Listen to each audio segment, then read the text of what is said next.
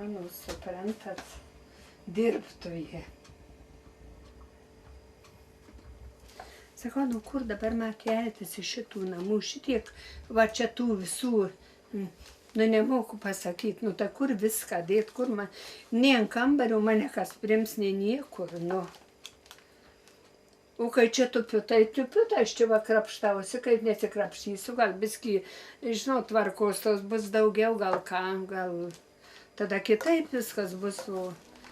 Man 33 ir ruošdama šį reportažą bandžiau savo atsakyti, kas man brangiausia.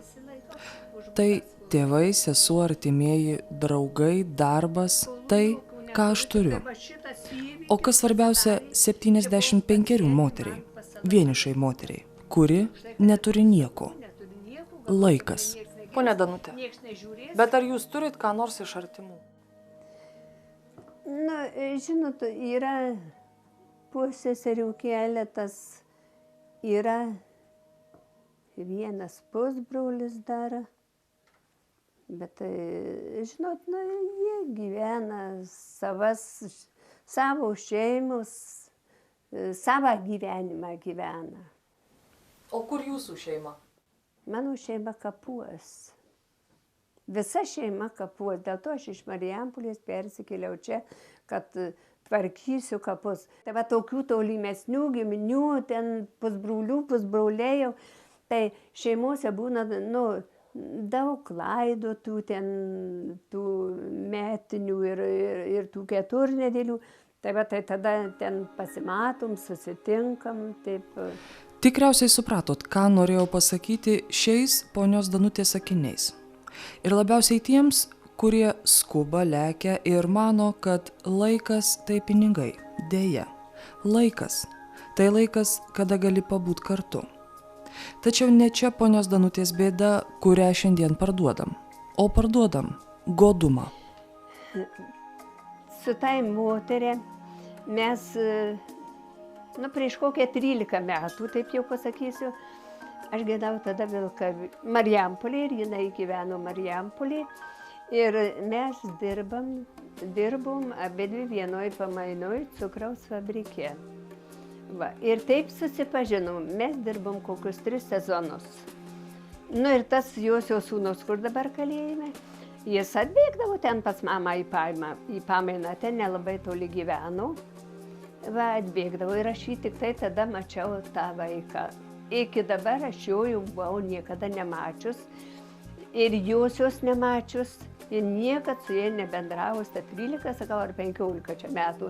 Nu, maždaug tas tarpas, žinot, aš taip jau datos tiksliai negaliu pasakyti, niekada nebuvom susitikę, niekada nebendravę. Va, paskiau jinai, aš jau čia gyvenau, ar jinai čia pirmą atsikėlė, čia priešais į šitą bendrauti, jinai atsikėlė gyventi. Ir pamatė mane čia mieste prie Žilvinų parduotuvės ir jį užkalbino. Aš jos net nepažinojau ir nekreipiau dėmesio ir nepažinojau aš josios. Va, bet jį mane kada užkalbino, pasakė, kad ten dirbom, viską. Nu, tada jau aš ją atpažinau, įsikalbėjau, pasisakė, kad čia gyvena. Nu, tai čia užėjau pas mane į svečius, pamatė, kad aš dirbu suvenyrus čia. Tai vienam sūnui norėjau, kitam sūnui norėjau. Čia tų suvenyrų gal, tai kokį mėnesį laiko bendravo su manimi. Paskiau viskas nutrūko. Jeigu eidamos į parduotuvę susitikdavom, jeigu jį ir turi šuniuką, jeigu kartais su šuniukais lauke susitikdavom, tai taip po žodį persimesdavom. Bet jinai pas mane nevaikštinėjo, aš pas ją nevaikštinėjau. Va. Nu, tėtas bendrabutis toksai, nu, aš neturiu laiko vaikštinėti, žinot, kadangi mano čia tie visi va tokie. Ir apie tą sūnų nieko nepasakoju, tik sakė, labai gražus, labai geras, jau tas sūnus jau išaugęs gražiai ir viską turi darbą, o kad jis ten jau vieną kartą teistas, kad jau jis antro teistumo laukia, ji man šito nesakė. Bet jis turbūt jau paskutinį, kai šaukimą gavo į teismą, tai tada 2 savaitės jį pradėjau bendrauti su manim. Jau jie paskui ateidavo Nu, aš užjausdavau, kaip 3 sūnus pasilaidojus, aš lyg tai užjausdavau ją. Ponia Danutė net neįtarė, kad gudrios pinklės jai jau užnertos. Ir patikėjusi graudžiomis motinos godomis, ji kaip pažabota sekė paskui gerai suruoštą melą. Taip nežinau, kuo padėti vaikui. Reiškia, jau paskiau ant pabaigos, kaip jis įsitarė, advokatui sukišė jau taip įsireiškė, taip kaip va dabar aš sakau, sukišė apie 70 000. Bet jau byla garantuotai bus baigta, bus nutraukta, bet jisai bus išteisintas ir žodžiu, jau jis liks laisvas, tai jis pasima paskolą ir čia staigiai atsiskaito. O aš po tos galvos traumos, aš nežinau, ar mes kai kavutė pagėrim, gali kokiais ten narkotikais pavaišino, kažkokiam piliulėm pavaišino į mane, sakė saldainys ten tokios.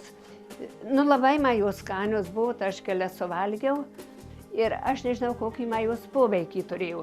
Ir tą kavutę, kai pagėriau su jie. Aš nežinau, aš matyt pradėjau atsijungt po truputį.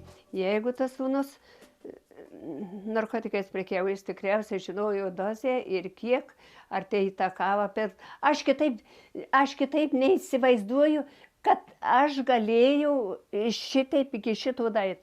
Nes per 75 metus, jeigu aš nieko neprisidirbau gyvenime, nei skolų, nei ten, kas manęs prašė, nei aš tiekam siūliau ten užrašytą savo butelį. Nu, nežinau. O kada jūs supratot, kad jau esat apgauta? Kai gavau pirmą iš hipotekos pranešimą, kad areštuotas butas, va, ten nei keist, nei parduot, negaliu nei mainyti, nieko žodžiu, va šitaip. 2 kartus susipakavus buvau, čia visas balkonas pilnas dėžių prikraut. 2 kartus įsipakavus. Nu, žinokit, aš įsigandus buvau, aš nežinau, nei kur aš eisiu, nei ką pasimti, nei ką neimti. Aš nieko nežinojau. Jie ilgai slėpė nuo mūsų, į kokius metus laiko slėpė.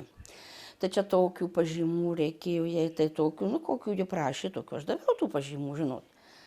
Ir paskui jau jie vis tik tai vieną kartą atėjus ir pasipasako, moterys, turiu bėdą. Tai va sakau, nu tai kad tu už metų laiko tik tai tą bėdą pasakosi. Tiesiog slėpė nuo visų. Tikėjausi pati susitvarkyti gal ar kaip. Į gal paskui vėliau jau apsigalvo, kad vat, per daug buvau patikli, kad ten tą moterim patikėjo, nes ta moteris verkė labai, kad jau vienu žodžiu jo sūnų sodina, reikia pinigų ten advokatam, ten vėlkam. Nu, pagailėjau moters, o savo prisidarau. Taigi, laikas, kurį taip norėtųsi grąžinti, laikas vienišo žmogaus, kurį skaičiuoja ne valandos ar metai, bet tas, kuris matuojamas ramybė.